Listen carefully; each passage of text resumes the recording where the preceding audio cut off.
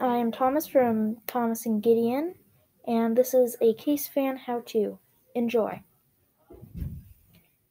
I love my computer, but sure it does get hot sometimes. I know, we'll buy a fan. So, now he is installing the fan after he bought it, and he has now put it on the rails of his computer because it had a rail system for the case fan. He is now hand screwing in for the first part of the screw, and then after that he grabs a screwdriver to finish it in and get it tight. There's the screwdriver. Sorry for the bad camera angle.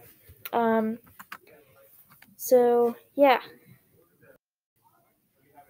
now that he has screwed in the fan, he connects the power supply of the fan to the motherboard so that it is powered.